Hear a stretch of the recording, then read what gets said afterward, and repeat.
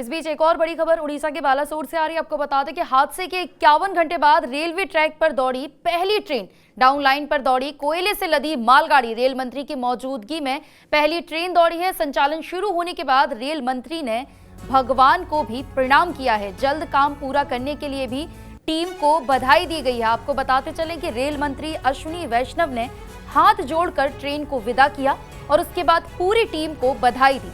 आपको दिखाते हैं ये तस्वीरें। बहुत बहुत बधाई, बहुत अच्छा काम किया सबने, पूरी टीम ने। मन में बहुत दुख है जिन परिवारों के हो गए, लेकिन रूट कॉज तक जाएगी। जिसने भी किया है उसको सख्त से सख्त सजाएंगे। आप सबको पूरी बधाई। जिस तरह से तेजी से आपने काम किया है, पूरी टीम को बोलिए। रेल हादसे के 51 घंटे बाद बालासोर में ट्रेन की आवाजाही शुरू हो गई है। इस दौरान रेल मंत्री अश्विनी वैष्णव मौजूद रहे। उनकी मौजूदगी में ही पहली ट्रेन गुजरी।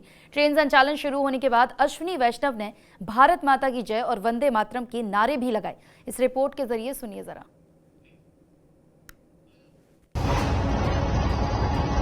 भारत माता की, भारत माता की, वंदे वंदे।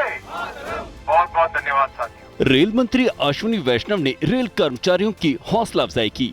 51 घंटे बाद बालासोर में ट्रैक का काम पूरा किया गया और रेलगाड़ियां फिर से पटरी पर चलने लगी। इस मौके पर अश्विनी वैष्णव खुद मौजूद रहे। 51 घंटे बाद पटरी पर ट्रेन संचालन के श्री गणेश होने पर रेल मंत्री ने भगवान को धन्यवाद दिया। दोनों हाथ जोड़कर प्रणाम करते हुए काफी देर तक खड़े रहे। वैष्णव ने भगवान को किया हाथ जोड़कर प्रणाम। 51 घंटे की अथक मेहनत के दौरान रेल मंत्री कार्यस्थल पर जमे रहे। परिचालन शुरू होने पर उन्होंने खुद को भी समझाया, दिल को तसल्ली दी, हृदय पर हाथ रखकर खुद को जैसे कहा ऑल इज वेल, और फिर खुद को रोक नहीं पाए। भारत माता की, वंदे वंदे। बहुत बहुत धन्यवाद साथियों। बालासोर हादसे में 275 लोगों की जान गई है। एक्सीडेंट के तुरंत बाद रेलवे ने हादसे में जान गंवाने वालों के परिजनों को 10 लाख का मुआवजा देने का भी ऐलान किया है। रेलवे चेक के जरिए परिजनों को मुआवजा दिया जा रहा है। बालासोर में लोगों को जहां मुआवजा दिया जा रहा है, वहां से TV9 संवाददाता राजीव सिंह की ये रिपोर्ट देखिए। बालासोर ट्रेन हादसे के बाद में मृतकों के परिवार को आर्थिक मुआवजा देने का ऐलान प्रशासन की तरफ से किया गया था। सबसे पहले तस्वीर आपको दिखा दें। यहाँ पर आप देखिए, तमाम वो परिजन एक एक करके पहुँच रहे हैं। उन परिजनों को यहाँ पर उनके कागज़ पत्तर वेरीफाई करने के बाद में उनको यहाँ पर आर्थिक मदद दी जा रही है, चेक के द्वारा, और कुछ नकदी भी दी जा रही है। अब देखिए, उनका परिचय पत्र लिया जाता है, प्रमाण पत्र लिया जाता है, उसको वेरीफाई किया जाता है।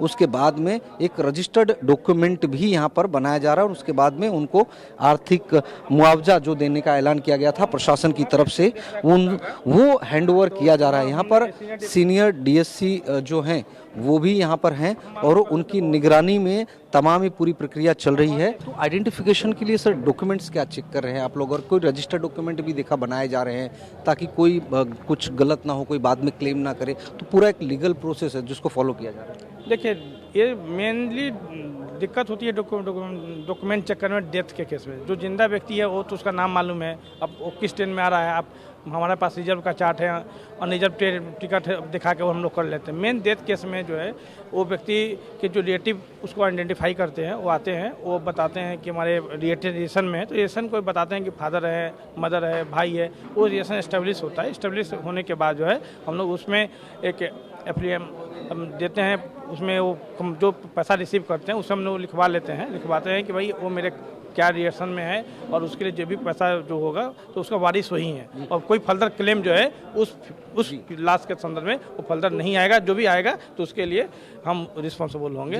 एक क्राइटेरिया भी होगा ना कि किसको दिया, जैसे परिवार में किसका बेटा है तो पिता को देना है, माँ को देना है, या छोटे भाई या शादीशुदा कोई व्यक्ति है तो पत्नी को देना है।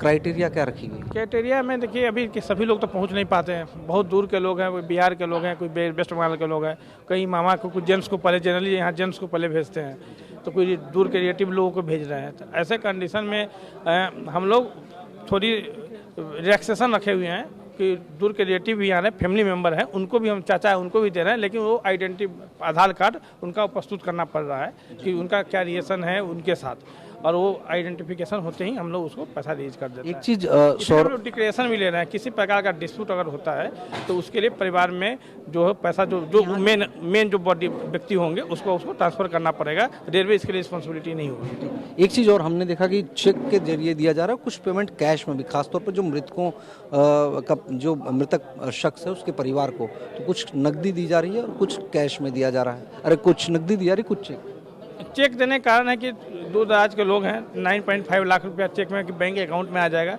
और चूँकि ट्रैवल करना हो, चाहे अति कोई सामान खरीदना हो, तो ऐसे कंडीशन में चूँकि इंस्टेंट पैसे की जरूरत होती है, इसलिए हम लोगों ने सोचा 50,000 रुपीज़ हम लोग कैश में देते हैं कि कोई भी जरूरत सामान अगर खरीदना हो, उनको जो लग रहा हो तो तुरंत वो खरीद सकते हैं। बैंक में अकाउंट में जाएगा, बैंक अकाउंट जाने से अच्छा है कि बैंक में किसके अकाउंट में जा रहा है वेरीफाई भी हो जाता है, तो वो कभी भी उसके पास जो है हम लोग चेक भी कर सकते हैं। बाद में क्लेम भी उस घर की अदर फैमिली का आता है तो उसमें हम लोग सॉर्ट आउट कर सकते हैं कि ये अकाउंट रेलवे का पैसा कहाँ गया, किस अकाउंट में गया। जी बिल्कुल, जो सीनियर डीएससी हैं वो बता रहे थे कि क्या क्राइटेरिया है, क्या प्रोसेस फॉलो किया जा रहा है, और यहाँ पर आप देखिए तमाम वो पीड़ित एक एक करके पहुँच रहे हैं, उनको यहाँ पर जो है मदद दी जा रही है।